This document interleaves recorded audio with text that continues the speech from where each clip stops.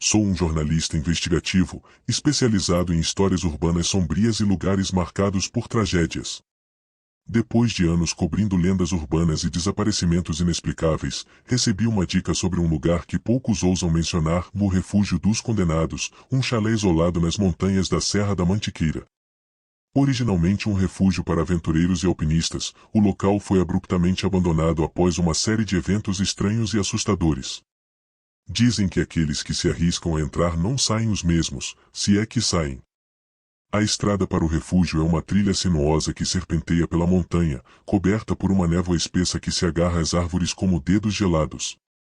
Conforme subo, o som de meus passos se perde na vastidão silenciosa, e cada respiração parece um eco abafado. Finalmente, o refúgio aparece diante de mim, parcialmente escondido entre as árvores tortuosas. O chalé de madeira, antigo e em ruínas, está envolto em uma aura de decadência. Suas paredes estão cobertas de musgo, e suas janelas quebradas parecem olhos vazios observando a floresta. A construção toda parece um gigante adormecido, espreitando na montanha como se aguardasse silenciosamente a chegada de sua próxima vítima. O silêncio ao redor é quase insuportável. Não há sinal de vidas, nenhum pássaro, nenhum inseto, nada. O vento sopra ocasionalmente, fazendo as árvores rangerem como se estivessem lamentando, e o som de madeira velha estalando é o único indício de que o lugar, de alguma forma, ainda está ao vivo. É um silêncio pesado, denso, que parece carregar anos de segredos e sussurros sufocados. Cada passo meu parece fora de lugar, um intruso em um território que rejeita a presença humana. Minha motivação para estar aqui vai além da curiosidade. Estou em busca de respostas que possam reviver minha carreira. Os desaparecimentos recentes nas redondezas do refúgio me intrigam e me dão esperança de encontrar algo que justifique anos de frustração e reportagens sem impacto. Conforme me aproximo do chalé, sinto um calafrio inesperado que percorre minha espinha, como se estivesse atravessando um limiar invisível. Há algo de errado com este lugar. É uma sensação inescapável, uma pressão invisível que me diz para virar as costas e partir.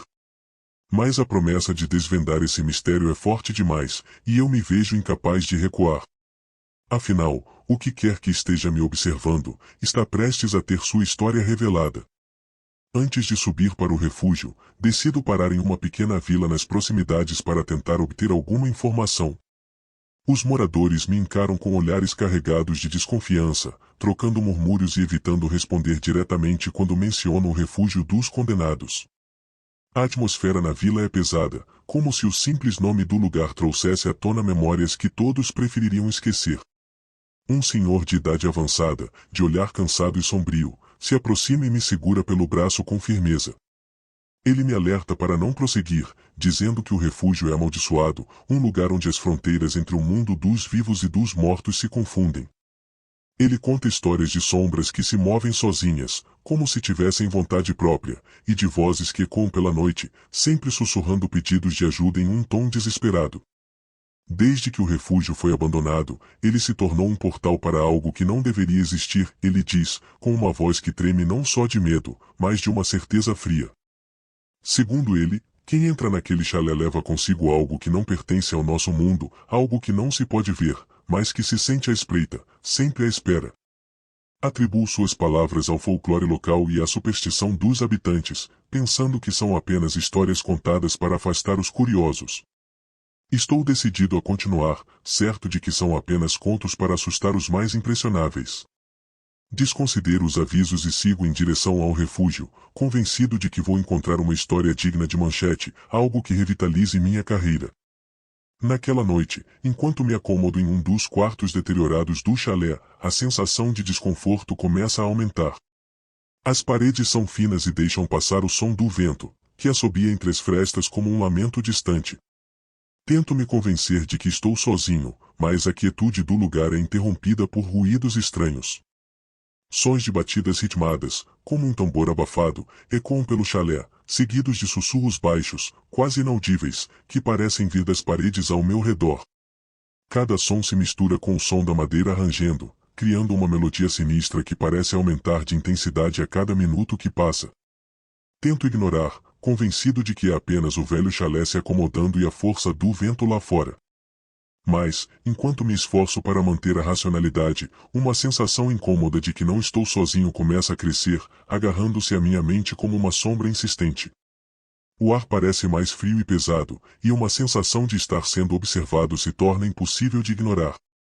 Naquele momento, percebo que talvez os avisos não fossem apenas fruto de superstições, mas sinais de que algo muito errado habita este lugar esquecido. No dia seguinte, mesmo com a inquietação da noite anterior ainda pairando sobre mim, decido explorar mais a fundo o refúgio dos condenados. A luz fraca que entra pelas janelas empoeiradas mal ilumina os corredores longos e estreitos, onde o cheiro de mofo e madeira apodrecida domina o ar. As paredes são adornadas com fotos antigas de alpinistas e exploradores, capturados em momentos de glória, sorrindo diante de picos desafiadores. Essas imagens parecem contar uma história de bravura e camaradagem, um contraste gritante com o estado decadente e sinistro do local. Cada fotografia, agora coberta por uma camada de poeira espessa, parece um lembrete fantasmagórico do que o refúgio já foi. Enquanto caminho pelos corredores escuros, percebo uma porta parcialmente escondida atrás de entulhos e móveis empilhados. A maçaneta está enferrujada e a porta parece não ser aberta há anos. Depois de muita insistência, consigo arrombá-la com um barulho seco que ecoa pelo chalé silencioso. A porta revela uma escada estreita e íngreme que leva a um porão escuro e úmido.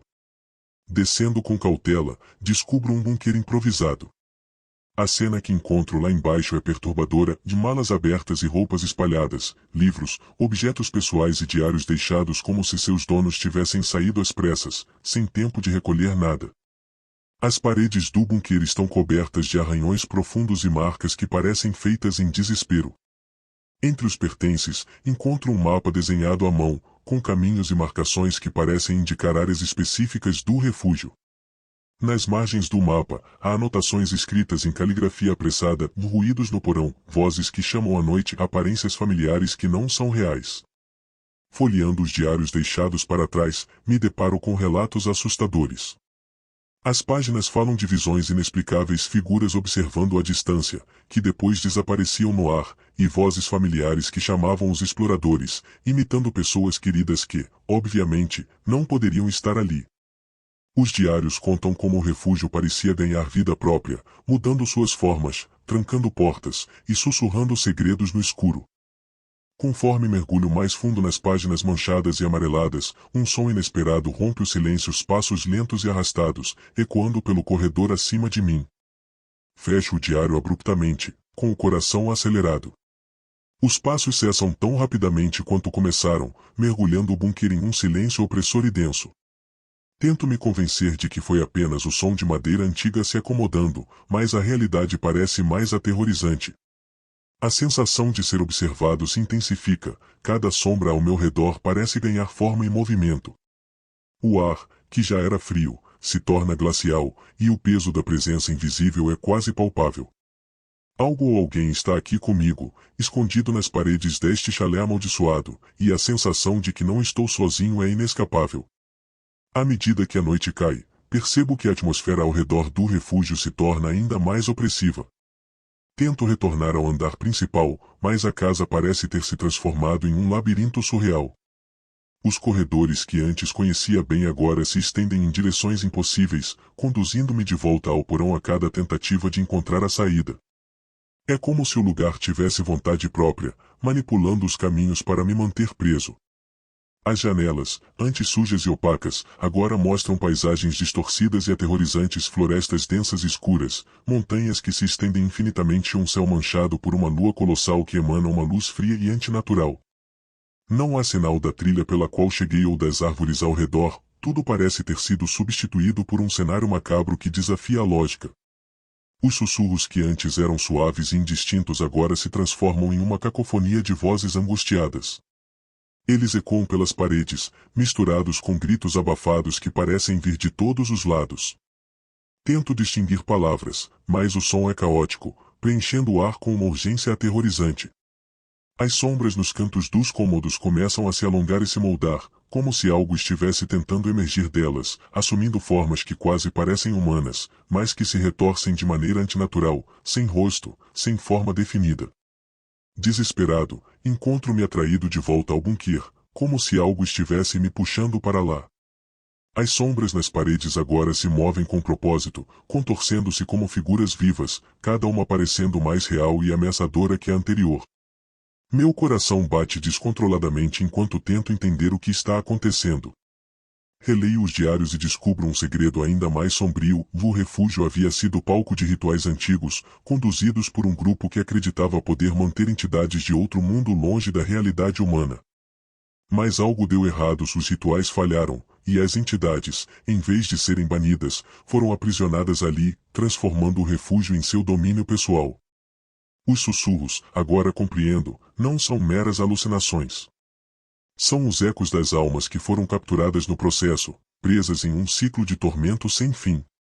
Eles imploram, gritam, suplicam por ajuda, mas também há um convite subjacente em suas vozes, a promessa de que, se eu sucumbir, me tornarei parte dessa realidade distorcida, condenado a vagar para sempre entre as sombras e as paredes do refúgio.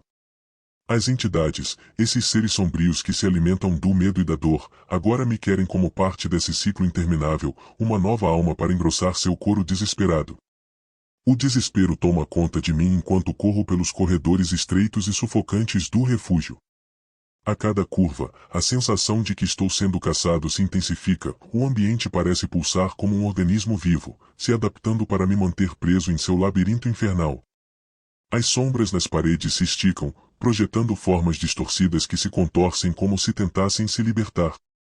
Os gritos em minha cabeça são ensurdecedores, um turbilhão de vozes que se misturam e se sobrepõem, rasgando o que resta da minha sanidade. Cada passo é uma luta contra o medo avassalador que ameaça me paralisar. Em um ato de puro instinto, avisto uma janela quebrada no final de um corredor. A luz fraca que passa por ela parece minha última chance de escapar desse pesadelo. Com o coração disparado, corro em direção à janela, ignorando os cortes das farpas de vidro enquanto me arrasto para tentar sair. Mas, assim que tento passar, sinto uma força invisível e esmagadora me puxando de volta. É como se as paredes estivessem vivas, como se mãos invisíveis se estendessem das sombras, agarrando minhas roupas e minha pele, arranhando e tentando me segurar dentro desse lugar amaldiçoado. À beira do colapso, reúno toda a minha força e consigo me lançar pela janela, caindo pesadamente na neve fria e úmida do lado de fora. O impacto me deixa atordoado, mas a dor é um lembrete de que ainda estou vivo, por enquanto. Levanto-me rapidamente, meus olhos procurando o refúgio, mas ele já não está lá. No lugar da casa, vejo apenas uma floresta densa, estranha, com árvores que se estendem de maneira anormal em direção ao céu. Nada se parece com a trilha pela qual eu cheguei, e o silêncio é profundo, pesado, como se o próprio ar estivesse carregado de uma presença maligna. A sensação de alívio por ter escapado é rapidamente substituída por um pavor crescente e percebo que, mesmo fora do refúgio, ainda estou preso em algo muito maior e mais sombrio, como se tivesse atravessado para um plano de existência alternativo e distorcido. O refúgio dos condenados continua à espreita, um lugar onde a realidade se dobra e o tempo perde o significado. Minha história, agora apenas um fragmento de memória distorcida, se torna um aviso sombrio para qualquer um que se atreva a explorar seus segredos. Aquele lugar não é apenas um refúgio abandonado, é um portal para horrores que não pertencem ao mundo dos vivos. Eu sou apenas mais uma alma que quase foi consumida, e quem ousar desafiar suas paredes arruinadas arrisca nunca mais encontrar o caminho de volta.